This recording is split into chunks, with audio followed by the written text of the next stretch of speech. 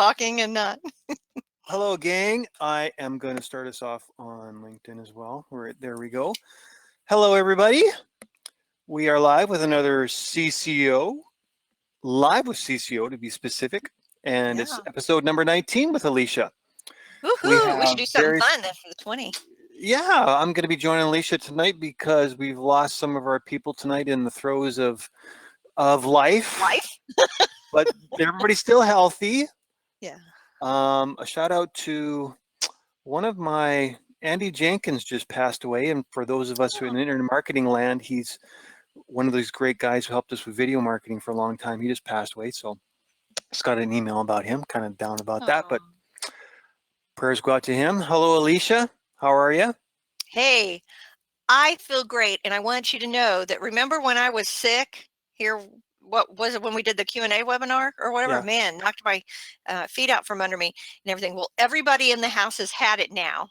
And now my mother-in-law, she's the last one and she's about to recover. So we have a lot of people in our house, and just wanted to say that if you're going through that right now, that just getting into fall, and it's this upper respiratory nasal sinus crud, it's a virus, and it ends up lasting you about 5 days. You feel pretty miserable, but good luck with that. You Get you will some. recover, she's You basically saying. will recover. Yeah. It's glad to see that everybody's doing much better with that. Now tonight, since I've already had a little bit of internet issues, Boyd is going to look at our Facebook. We live stream, if you're new to us, Facebook, YouTube, and now LinkedIn. And so normally several of us, there's more than us here on our CCO lives, which are casual. We like to have a lot of fun, and it's not as formal as the other webinars that we do throughout the week. But you can ask questions and we will get to them. Normally one of us looks at YouTube, the other looks at Facebook, and maybe Boyd or somebody's doing LinkedIn and lets us know about those questions. But I'm going to let him do those tonight and field those. He'll break in and ask the questions, because I don't want my internet to be hampered by So what that, are you since looking just at? the two of us. You want me to do all the questions, basically? Yeah, can you do all of them? I'm scared to All right. pop those up. Here I was, thought I'd turn off my camera and hide. I told him. I said, don't, I was It's thinking, okay. don't do that. It's okay. I'm just a Yeah. little cold. That's why I got a hat on. So it's all good. So in the He's up chats, north. we got Whitney, of course. Hi, Hello, Whitney. Rowena. Great name, Dionisio. I like that. Elsa from Pennsylvania. And anybody else, to let us know that you joined us in the chat. Mm-hmm. And let us know if this is your first time seeing us on LinkedIn, since that's a new platform. They are just working out the bugs for LinkedIn videos, but I think we've been getting some really good traction and reaching some people via that platform. As you know, LinkedIn tends to be people looking for jobs and professionals, and everything. So it's kind of nice to be able to have that. YouTube and Facebook, of course, we love you guys that choose to watch us there. I think our YouTube channel probably is the biggest, isn't it? I mean, because we've got so many videos. Boy, we were just talking about the first video, and it was back January of I can't find it. When you 2012. have 1,300 videos on your channel, it takes you a while to go to, because they don't have like look at the oldest. They only say look at the newest, and then it's like 10 videos per page. So if you can imagine doing 1,000, it was going to take a while. So I gave up. Yeah. So that's kind of fun. If maybe if you guys have been with us that long, some of you might say when you remember seeing us for the first time. So we are going to talk about getting ready for 2020 now. CCO, for the most part, we try to keep everything evergreen. And before I started working with CCO, I didn't know what evergreen meant, but Boyd educated me on that, where it means you really don't talk about a year. So we are prepping we're talking about 2020. However, I want you to know that what we're talking about happens every year. Okay, so what should we expect if you're a student or if you're a coder for the new year? Maybe you are a student and you're thinking, oh my, I keep hearing this about, we get new manuals every year, and I know that's what we're being tested on. Maybe you're a new coder and you think, oh, the new year, the new, what do I need to know? What should I expect? as a coder every year, or this time of year, what happens? Because there are some little things that are behind the scenes for our credentialing companies that you may not be aware of, that slows things down because it's almost the end of the year. So we're going to talk about that, as well as prospective students. Maybe you're thinking about signing up for a course, and of course we want you to come to us at cco.us, but it doesn't matter, maybe you're going to go and get a degree, or maybe you've already started your education, and you just need to know, is it a good time to to start a course for a new credential, what to expect. And this, when you get in after August, when you get into August, you have to start thinking about the end of the year. It goes very, very fast. Now, for us in Texas, August is still in the throes of summer, and even in Missouri, where I grew up, August is still very, very hot. But as soon as you got into October, you were in the fall. You were thinking this is now the fall, and you start making preparations in everyday life for the end of the year, right? And that's what it was like in Alberta, Canada too. In fact, my sister says Really? it's already snowed and it's already gone away. And here in Michigan, it's still nice and green. It's actually nice, but it was a little cold though the last couple of days while we're in our middle of our rehab and no heaters that's working. But okay now. Yeah. Boyd's in this big giant house that he's having a business put into and remodeling and everything. And that's not so Welcome to the easy when studio you're, behind us. yeah, when you're up north, right? Now, and I'm in a part of Texas, kind of central Texas, but kind of on the east side, southeastern part of Texas, and it's still really, really warm, and it will be through October, and we start getting a little bit colder in November, but it is cooling off. And so, you do start thinking about it cooling off. I went to Walmart, it was yesterday, and there was a young kid going into Walmart with his mother, and he was freezing to death because it was below 90. I remember thinking, it's not quite that cold yet. Looks So like Lori's again, with us here in the chat too, and we've got some people who are our Lori, commiserating over in Pennsylvania, Patunxuani, if I remember correctly, and Pocono. Yeah, Poconos. Cool. Well, I think Colorado's already had snow, and I think my husband was telling me, what is it, Nevada? Not Nevada. What's up there? Anyway, up north, those northern states, getting closer to the West Coast, they've been, somebody got hit with snow already, a lot of snow. Yeah. Lady C over in Facebook says, good evening. My name is Crean, and it's my first time. I'm getting into coding and medical billing, so I'm glad to be catching this webinar. Well, Lady C, if you have a question about any of that, let us know. This is a little bit informal, so normally we have a topic and we go for it, but I can always interrupt Alicia if she gets off on a tangent, which she probably will, telling a story. I will. But please. So let's talk about prepping for the new year. Like I said, whether you're thinking about taking a course, as this is a new career for you, maybe you're thinking about picking up another credential, so you're looking for a course. Maybe you are a new coder and you just need to know what to expect. What happens in the coding arena, coding and billing world, as you get close to the end of the year? Because a lot goes on, like I said, behind the scenes. The first thing that everybody needs to know about is the manuals. So in August, we start telling people that are wanting some counseling about taking a coding course or a billing course or any of the courses that we talk about and teach. We start talking about, hey, your manuals, you need to consider, are you going to go ahead and purchase the current year manuals, or do you want to wait and purchase the manuals for the new year? Because this is the way it works with the manuals. Your major code sets that come out are going to be ICD-10-CM, CPT, and HCPCS. And ICD-10-CM, your diagnosis codes, they come out first. So they came out in August, I guess it was. And that's because they are there's not a copyright on those. All the publishers are competing to come out with their manuals before everybody else so that everybody picks up the new manuals. So all the updates on the new codes, etc., comes out early. Your CPT manuals come out in August, or I mean, excuse me, October. So October 1st. So they came out. Now everybody's scrambling to do their CPT updates and let you know what codes have changed and deleted. And if you're new to this, every year your code sets are tweaked a little bit. So codes are dropped or deleted. Codes are the verbiage in some of the codes descriptions are changed, and new codes are added. It's not a lot, but it's even the guidelines, some of the verbiage will be changed a little bit. And so every year, this time of year, everybody's budgeting or have budgeted for new manuals. And we're talking about $300. Average, give or take, depending on if you pick up a cell or something. But each one of those manuals, your CPT, your ICD, and your HCPCS are going to cost you about $100 a piece.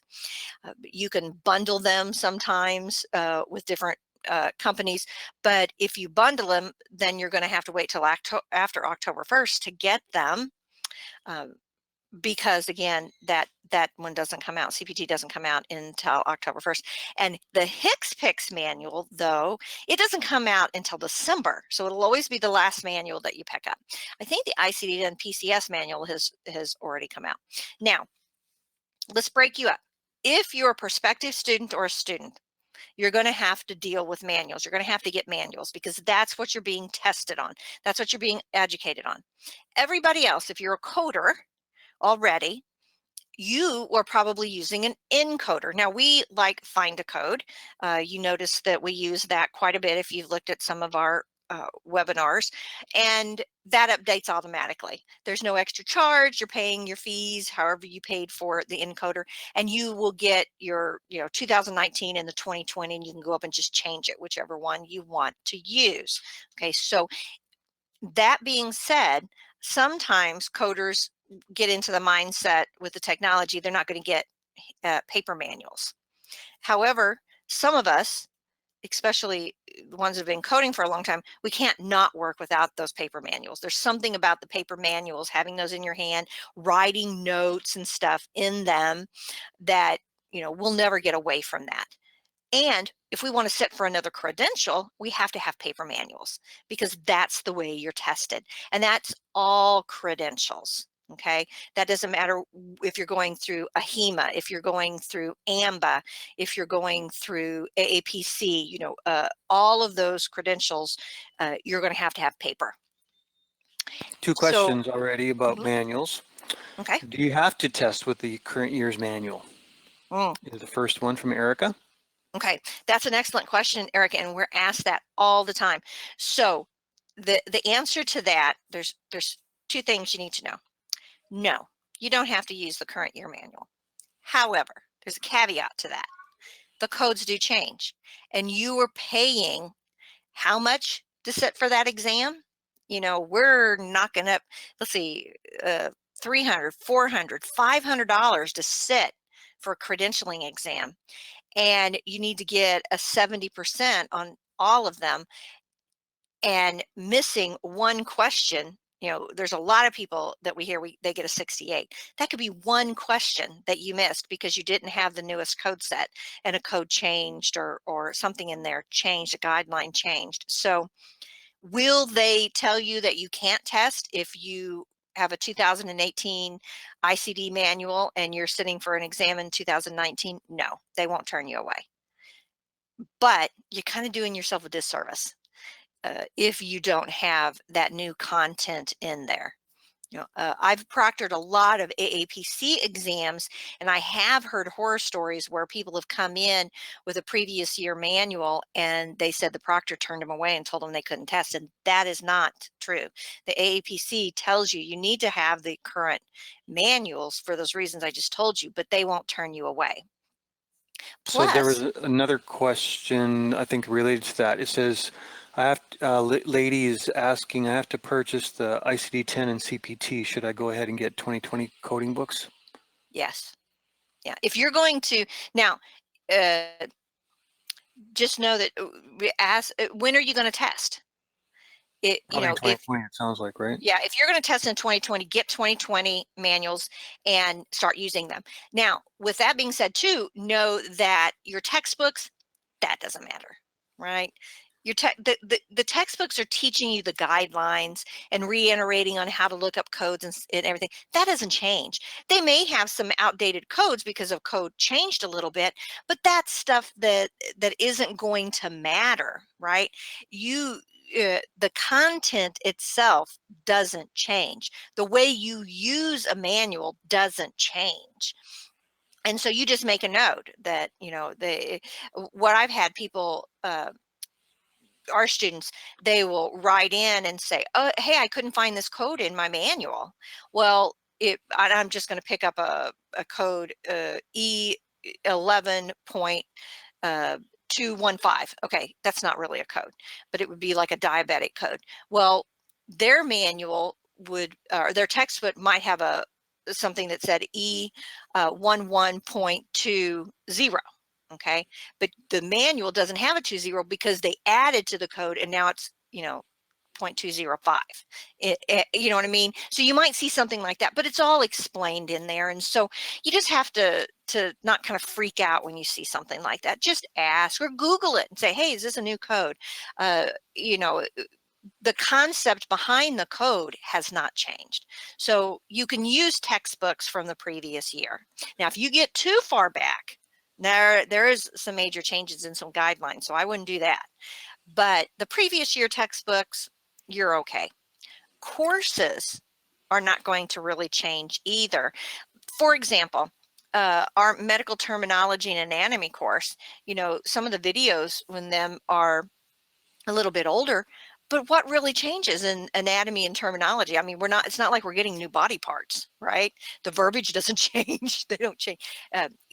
Are new diseases created? Yes, there is, but it's not going to change. So something like that can be evergreen. Your textbooks tend to be more evergreen. Your manuals are not.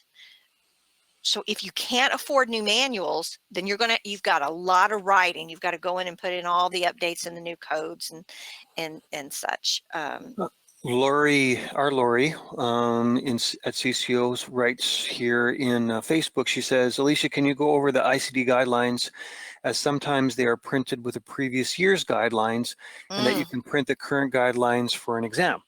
Yes, that is a very good point. Thank you, Lori, for bringing that up. And Lori helps is in our help desk. And so she knows these questions that come in. And again, people get really freaked out and say, well, a few years back, somehow it made it in social media, or the new coders were talking, and even some people that had been in the coding world, they didn't realize that when the manuals are printed, the manuals were printed with the previous year's guidelines, and every year the guidelines change a little bit. And like I said, it's mostly just verbiage. They clarify some verbiage or anything, but the rules really don't change. Now, they did a few years ago with basic concept of causal relationships, and you can go look at in our YouTube about causal relationships. And I'll give you a quick example. If a person had diabetes and a person also had CKD, the provider had to document that these were related, that the diabetes was affecting the kidneys, or you couldn't use the code for both of those. They had to be separate. Okay, it had to have a causal relationship, and there was verbiage and stuff that you had to follow when you picked the proper code. And then I think it was in 2017 they threw that out the window, and now everything has a causal relationship when it is working with diabetes. And there's more to it than that. So that was a major guideline that changed. That's like having a coder that's right-handed and is brushing their teeth and waking up and them telling you from now on you can only brush your teeth with your left hand. I mean, it caused a stir. So after that, when people got their manuals, the new guidelines weren't in them. I said, well, how come, there's a problem. The old guidelines are in my manual, not the new ones for the new year after some of these changes were made. And what they didn't know is that it had always been that way. When your manual was published, it was always published with the previous year's guidelines because of the publishing dates. And everybody freaked out He's like, well, this is the way it's always been. You just didn't know it, I guess. It's like a lot of people knew it, but not everybody. Well, now, because it caused such a stink, a lot of the publishers force CPT, or not CPT, because CPT is its own little entity, and you don't AMA, you don't mess with the AMA, so they do whatever they want. But the other ICD, HCPCS, their manuals are not copywritten, and so they want you to purchase them. There's competition there, and for the most part, your ICD manuals always have the current year. If yours do not, you are allowed to print off the guidelines for the current year, staple them together, and take them in and test with you. Okay? You cannot take blank paper, and those copies that you print out, you have to leave with them because you cannot write on them and take them out. That compromises the quality of the test because somebody could copy down questions or answers or something like that and walk them out. But if you copy them and you take them with you and then you let them know, and if the proctor tells you that you can't do that, then that is a lack of knowledge on their part. Then you say, please call in and verify that, because the fact is you can take a current copy and you can go get those online. So thanks, Lori, for explaining that we need to talk about that. Let me go to the next question here that we had. That's very common. When do the new manuals come out? The CPT, your procedure codes, October 1st. They all come out that first week of October. So you can get your new manuals now. And a heads up, CPT, again, is owned by the AMA. And the government requires that we use those for reimbursement, those procedure codes. So it's kind of like a monopoly on there. If some of us are older enough to remember Ma Bell, and then they busted up Ma Bell, it's kind of like a little bit like the AMA is like that. You don't mess with the AMA, and you don't mess with the manuals. You don't make copies of CPT manuals and stuff. So this year, when you get your manual, you're going to notice that it's different looking. Now, know that everybody has the exact same manual that's a CPT. And I gave this example in our webinar the other night. If you go to page 114 and I go to page 114 in the CPT manual, we have the exact same content. It isn't like that for ICD because there's different publishers, right? So this year, the manuals came out with yellow dots on them because it's to prevent, I guess, some people overseas, and I don't remember which country they said it was, they've been photocopying it and even, I think, reselling it. You don't have control of what happens overseas, internationally. And of course, it's extremely illegal. And I mean, that would be like taking copies of the latest Grisham novel, copying it and selling it. You can't do that.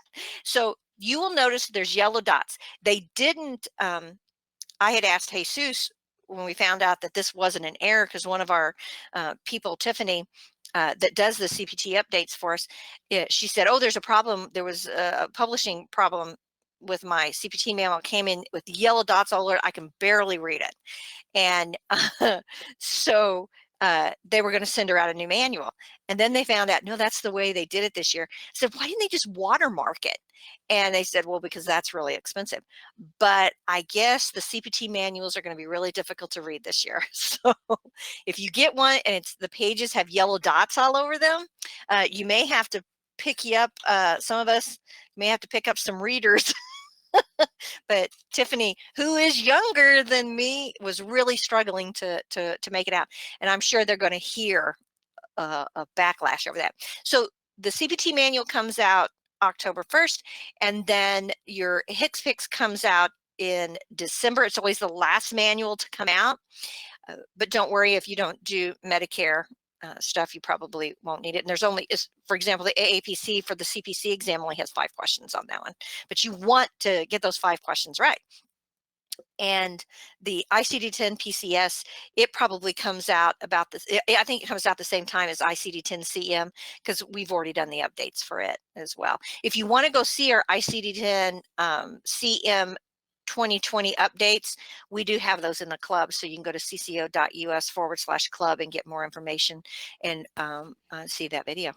Speaking of the club, Elsa gives a really nice comment here. She says, I like to get New Year's bundle as soon as possible. With the CCO Club's rinse and repeat process, getting a new credential is always an option. Medical coding is a lifestyle of constant learning. Don't we like to say that a lot?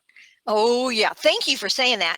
And that reminds me, that kind of leads into that segue of, you know, these are expensive manuals, and you need a minimum of 3. Now you may need the PCS if you're going to do inpatient, but that's a minimum of $300. And again, people run sales. Now you can get them on Amazon, and that helps budget, but you got to budget this time of year. You got to budget that. And this is really a tight time of year because of the holidays, right? Everybody's thinking about the holidays and wanting to save money. And so it really behooves you to plan ahead and set that money aside so that you have them, so that you can order your manuals. Minimum of $300 every year. Also, I would say your credential. Every year, whenever you join your credentialing organization, that means your credentialing dues are going to be due. And mine come due, I can't remember if it was October or November. I was thinking it was October. So every year I got to plan that, however much it is. And, we're looking at almost $200 for that. So that's, now some people, maybe yours is in July. I don't know. Some credentialing companies will let you pay in a little bit every month so that you can pay those dues. But if you don't pay your dues, you lose your credentials. But so budget for that. And if you're thinking of this as a career, just think about that. Any type of professional has to do this. You have to get CEUs, and so you have to budget for those. You have to budget for your manuals and other types of education and going to conference. It's not as hard on the pocketbook if you budget. You want to go to conference because at the same time every year. And now they have regional conferences. HEMA does this. AMBA's conference is coming up here in another week or two. So just plan ahead and maybe get you a little savings account, put $5-10 in it, and make it be your professional. But that is something you need to think about in the career, is budgeting for that. This question had come in too. Should I wait until January to start a coding course because the textbooks being different every year? We get a lot of calls, and we do a lot of counseling for people wanting to know what course they should take, what credential that would be a good fit for them, especially if they're changing careers, or maybe they're a clinician and they're thinking about adding this to their skill base so that they're more marketable for remote work or something like that. And there's several ways to look at it. I would encourage you not to wait until January to start a course.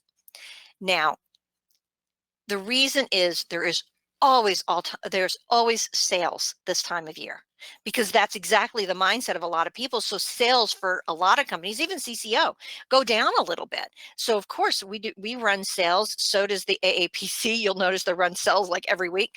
HEMA, all of the credentialing companies do this. Sales go down because people are thinking of the holidays. That being said, it's a great time of year to take advantage of getting a good deal on a course. Now, for CCO, you could take advantage of a course and say, hey, I don't want to start the course though until January because of the holidays and stuff like that, but I want to take advantage of the sale. And a lot of them will do that. Now, I know the AAPC, they have a time limit. I think theirs is like 4 or 6 months or something like that, and you're cut off. So that's a little bit different. And I can't remember what AHEMA does, but with us, it doesn't really matter. So I would say don't wait. Take advantage of the sale. Go ahead and get your textbooks. The textbooks for the new year are out. Your coding manuals now are already out. You can wait to do the HCPCS part. It's a very small section of what you're doing. You can start in ICD, and now CPT's out. We even for the textbook, we get permission from our publisher to scan in the first chapter. So you don't even have to worry about the textbook. It's already there online for you, so you can get started and watch the lectures and things. So again, that is that is a question we get a lot, and I understand the concept. If you were just going to be way too busy to start, you could still take advantage of a sell, start and tell them you want to start the course later after the holidays, and that's fine. But it is a good time of year. It's the same way as like buying a new car. It's like after tax season, don't all the cars go on sale because they know that people got a lump sum of money? Or take advantage of that being a gift. Tell your family you want to get some education, and this is how much it's going to cost you for a course. So for Christmas this year, you want contribution to you taking this course, or I want a new manual, or I want to purchase manuals. It's going to cost me $300. So don't wait. I would tell you not to wait. Take advantage of starting now. Let's see another. Can I take my course using the previous year's manuals? Now, we kind of already talked about this. We get this question a lot also. Yes, you could take the course with your previous year manual, but I would not test with a previous year manual. It's just too much money you're dealing with. And like I said, one question, a lot of people get 68s and you have to have a 70, and they miss like one question would bump them into a 70 and they would pass. And I would, you would feel so bad if you had a couple questions that you knew, because when you were doing the test, you're like, oh, that's not in my manual. Oh, the stress. Oh, the stress. Yeah. Yeah. And going back to the previous question, if you go ahead and sign up for a course and you don't start till January, but you still got all of that time, you can take your time with the course. For the most part, people that are taking like our PBC course where they're wanting to get that general credential, the CPC or even the CCS, 4 months is, that's a steady 4 months is what we tell you it would take. And so some people think, okay, October, November, December, can I get in and test in 2019? Probably not. Because remember, I told you there's a lot of behind the scenes stuff that you don't realize that goes on with the credentialing companies. This time of year becomes extremely busy for them because everybody's pushing to test before the end of the year because they don't want to buy new manuals. And after you test, if you're going to get a job, a lot of times they provide an encoder for you, or you can wait to buy your manuals. Manuals also get cheaper as the end of the year, as you would expect. Same thing if you're going to buy a car, right? The car lots want to get rid of that year's because the new year's coming in, and they want to have room for their new year. Same concept. But everybody, I would say the number of people that test at the end of the year doubles compared to what they do the first half of the year. So testing locations, if you're going to work with the AAPC, they're proctored, they're paper exams, and so they fill up extremely fast because a lot of people will go ahead and book 2 dates because with the AAPC you get to take a free retake. So they'll go ahead and pick 2 dates just in case they don't pass. They'll say, okay, I'm going to take it in November, and then I'm going to go ahead and book in December just in case I don't pass. And then I know I've got it done at the end of the year. December is the world's worst month to test. The exams are always full, and so there's lots of people in there and everybody's really stressed. Wouldn't it be much easier, nicer to test in January or February and know that you got a whole year to test again, and positive thoughts are always happening in January. So yes, you can use them for your course, but do not, you can, but I really suggest you don't use it for your the test. So if you want to get really cheap 2019 manuals and sit for a course and start your course with the 2019 manuals, and like I said, you could probably get all 3 manuals for $100 because it's in the end of the year. They're really cheap, I know, on Amazon.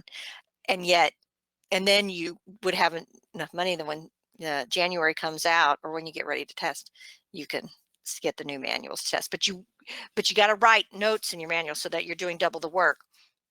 But that's not always a bad thing because that means you're doing it twice and it's imprinted in your head better.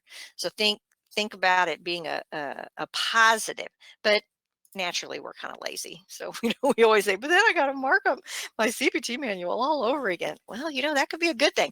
My children, if they missed a spelling word, I made them write each spelling word 5 times each, right? And if they missed the test again, I made them write 10 times each. And if they missed it again, I made them write them 15. Now that was when we homeschooled off and on, and they hated that.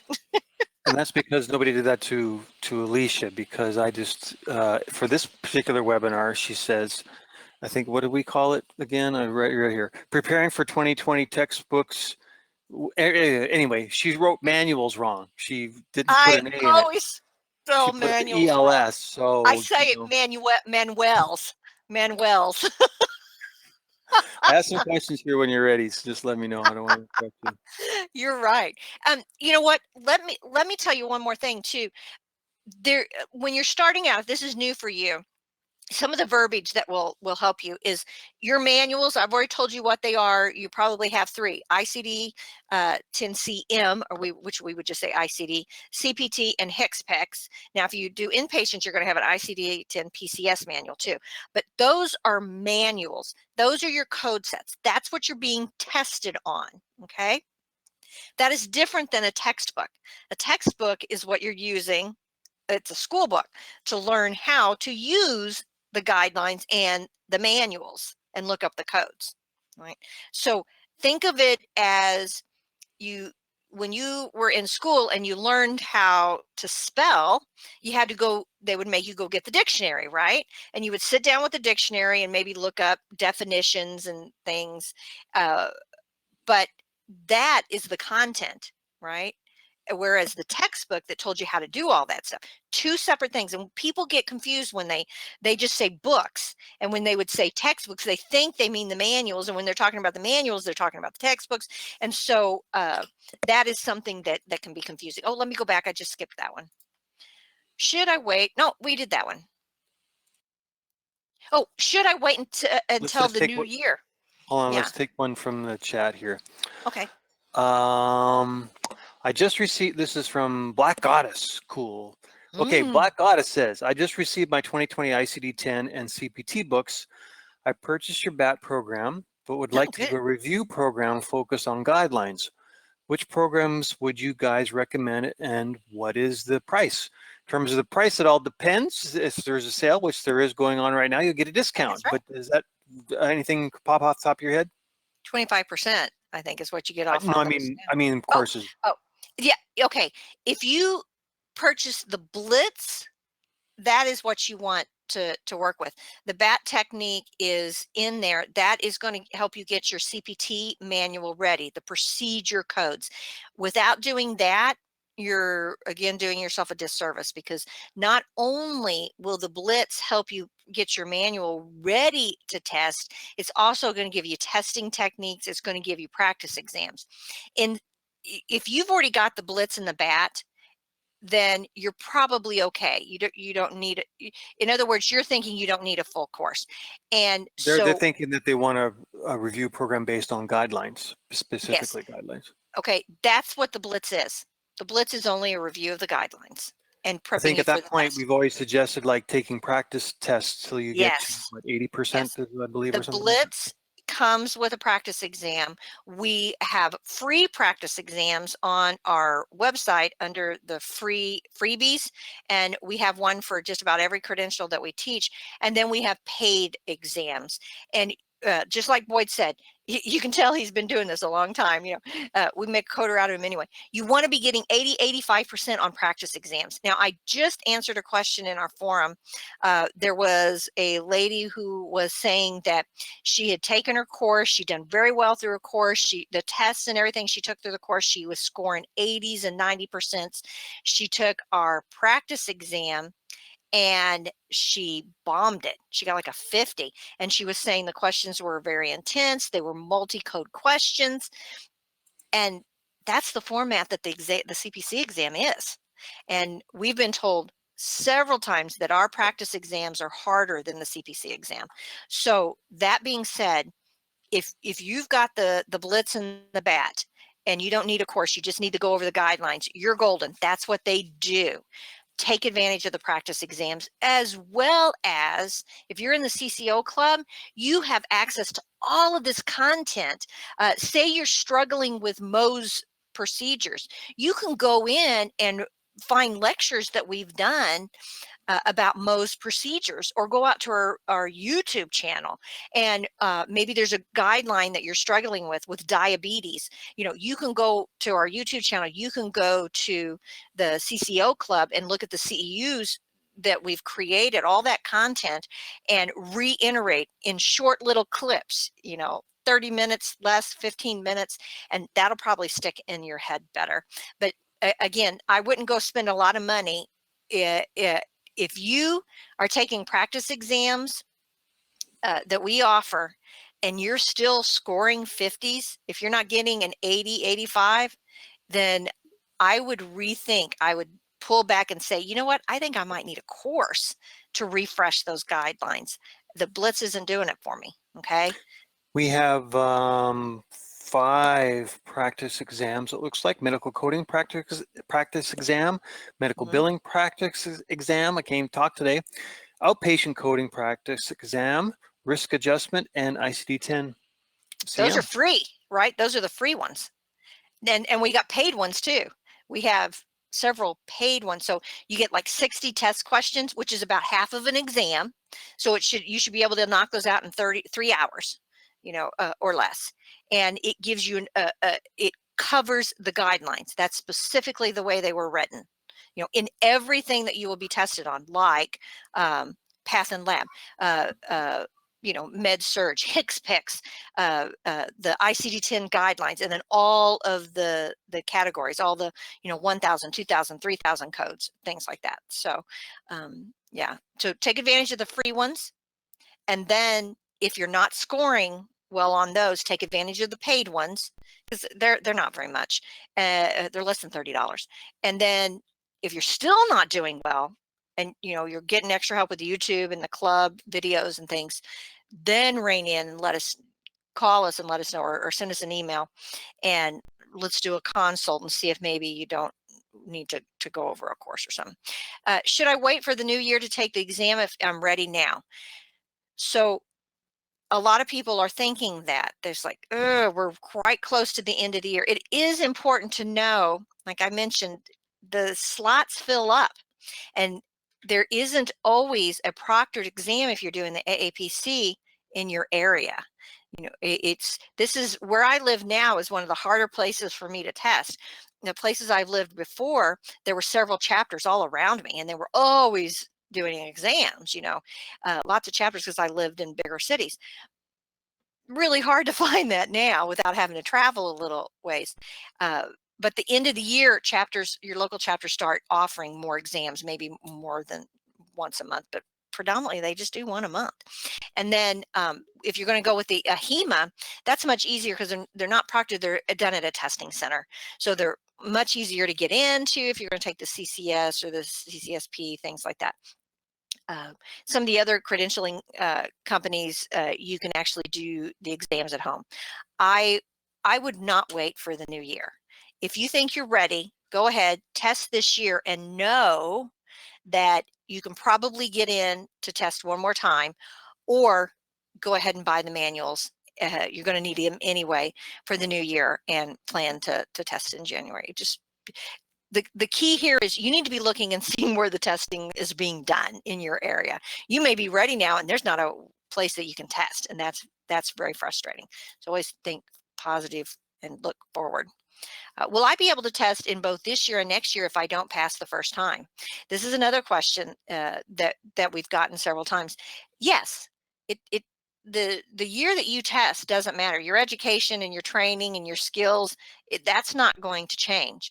So let's say you can't get in until December, and it's in the middle of December, you test, and you get to the thing and you got a 68, so you got to test again. Well, you're not going to find another test before the end of the year. Can you go ahead and sit for the exam in January? Absolutely, you can.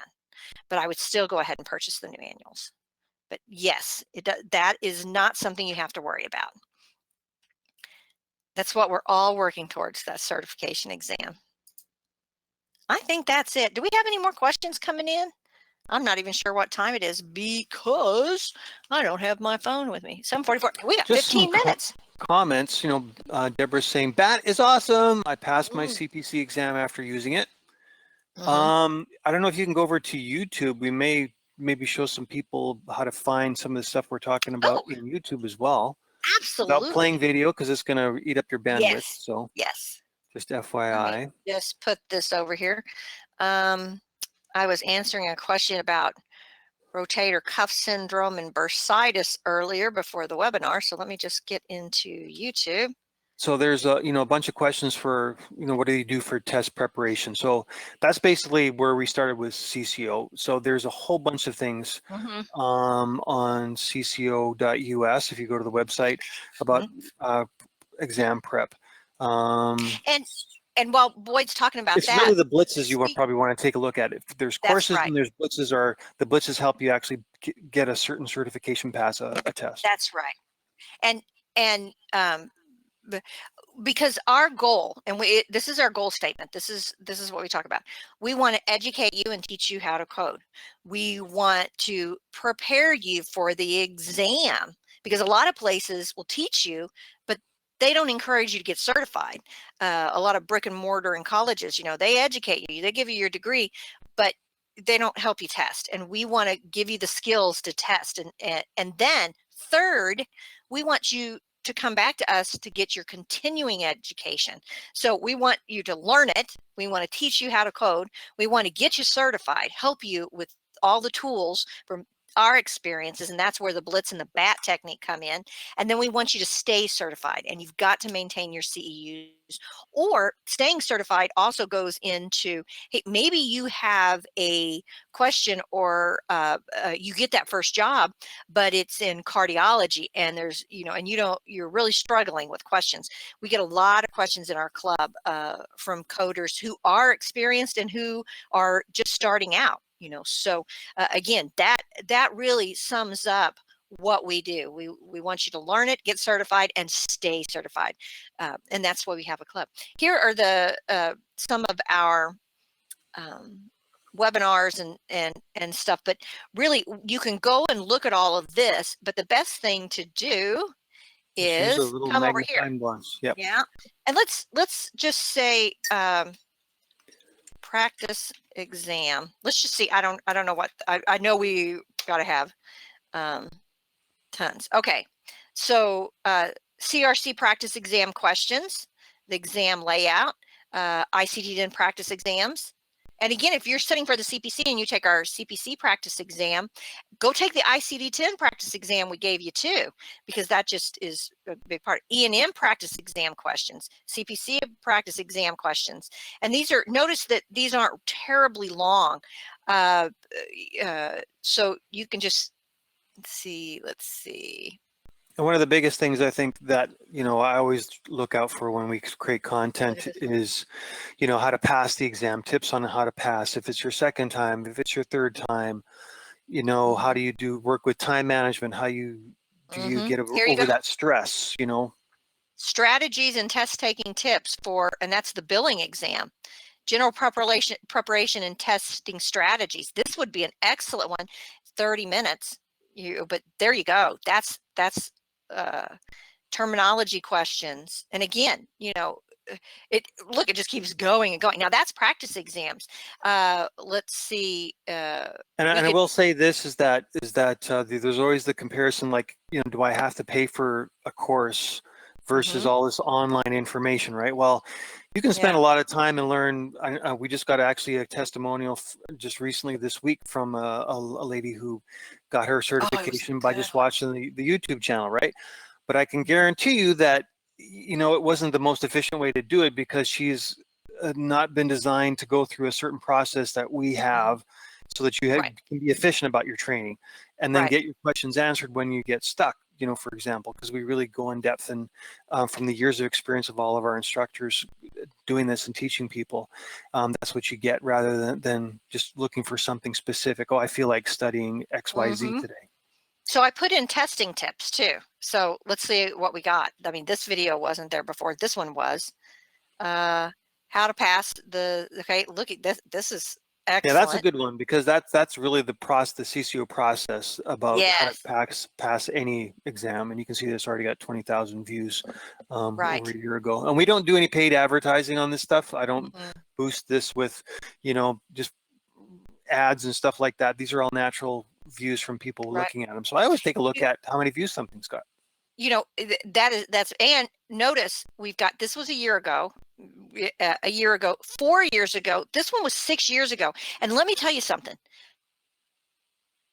Oh, and she froze. Hold on. She'll be back. She'll be back. Hold on. Let me tell you something. That's called a hanger on. What's that called? NLP. Yeah. Maybe she'll come back. Maybe she won't. If she disappears, then that means that she can't hear us. I see myself turning and I don't see our And other. here's taking tests. Okay, there you are. We don't hear you. We didn't hear you. Oh, okay. I've noticed that my thing went dead. So yeah. Turn off sorry. your camera for a second. Okay. We'll leave your video there for a second. Yeah, probably because again, that's what I was afraid of, is that because she's watching or showing us her YouTube channel, it's going to mess up. Yeah. I would do that and hand it over to me, but I would mess up all of my live streams. Yeah. No, this is all good stuff, guys. This is, I'm off again. Okay, I hear you now. Okay. Go ahead if you can hear me. I can. I'm just Okay. gonna go ahead and knock that stuff off. Remember, Okay, I told you in the beginning, my internet's not so good. Yep. I tell them I have fantasy dreams about fiber optic internet. Someday again, I'll have that. And had it, lost it, wasn't my fault. That's all I can say. Yeah, my kids were just telling me about that as we were driving back to the house, because it's like 1,000 yards away from us, and we can't get it at our place. We can't get internet. And so anyway, guys, that kind of starting to wrap up. And again, if this is one of your first times visiting us and being a part of our webinars, this is a casual webinar that we do. Our goal is just to give you free content, tips, and talk about things that we know will be helpful to you, but also based on things that we're being asked. So we have a student webinar, we have a club webinar that we do a monthly public webinar, and we do other webinars. I'm getting ready to do one on nuclear medicine that that's going to be fabulous, and hopefully we'll be able to get that out to you guys in November. With CEUs, I'm kind of pushing for 3 CEUs. That means I got to talk for 3 hours, which is not a problem for me, guys, just so you know. But great content. Man, this is good stuff. And it is an area that you're tested on, and it's kind of skimmed over a lot, but very fascinating. We want to provide this content to you. Like Boyd said, we don't advertise. We try to keep our costs down as low as possible, word of mouth, and we have fun doing it, because we enjoy what we do. And I think that comes across, you know what, when this isn't fun anymore, I'll stop. But until then, I still have a lot of fun. Well, not only do I like the subject, but I learn from the questions that come in, just like the one that I was telling you earlier, rotator cuff syndrome and bursitis. Is it a sign and symptom of bursitis? Do I need to code this separately? So I went and did some research and things. You guys keep us on our toes with these fabulous questions. And even the more basic questions for people that are newer, just getting in to this career field. I've had a couple people that were truck drivers that wanted to change careers, wanted to be able to get into a career that wasn't as hard on their body, because surprisingly, you'd think that wouldn't be hard on your body to be sitting in a truck, but it is hard. You get carpal tunnel, actually, and shoulder problems, and you get a big fat butt and other things. It's not good, all that fast food you're eating on the road. It's a great career. Unfortunately, my children have not followed in my footsteps, which just breaks my heart. But so I vicariously teach you to make you act like my children. A mother and you. All right, you guys, check out our club, cco.us/club, for more information, because there's tons of content with membership of the club that you can see all of this stuff. Boyd was telling you how many videos that we have in YouTube. We got a bunch. 1,306. Yeah, yeah. And we got a bunch that's in the club that's exclusive for them. At least that And much. Yeah. yeah. So make But sure you don't you have to watch them all to pass. So no. don't get overwhelmed. I'm all about, making sure that everybody has a direct path to what they want to get to. And there's so many credentials now too that you may want to just go into risk adjustment and not mess with anything else, or you may want to get into compliance and stuff. And we've got the training for all of those too. Oh. What is that? Let the dogs out. That's what my that's daughter your does. doorbell.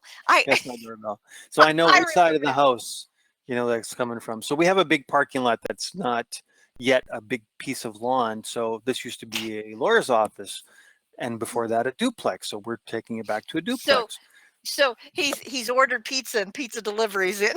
If you want to see who was there, I can tell you on my ring. Yeah. Now, are you surprised that Boyd has all this tech stuff? I got real dogs to bark. Yeah. All right, we're gonna wrap up here and let you guys go home and be with your families. And don't forget to like and subscribe. Facebook, YouTube, hit the little bell if you want to know. We're always popping out content, free content for you.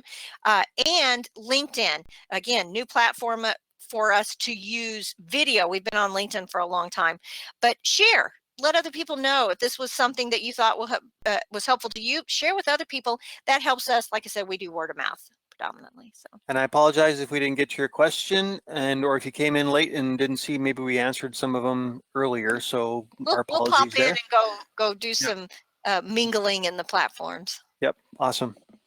All right, guys. Until we meet again, I think that's it for this week. We'll see you next week, next Tuesday. I think we're back to the regular time. I think All right. so. Bye, guys. Bye.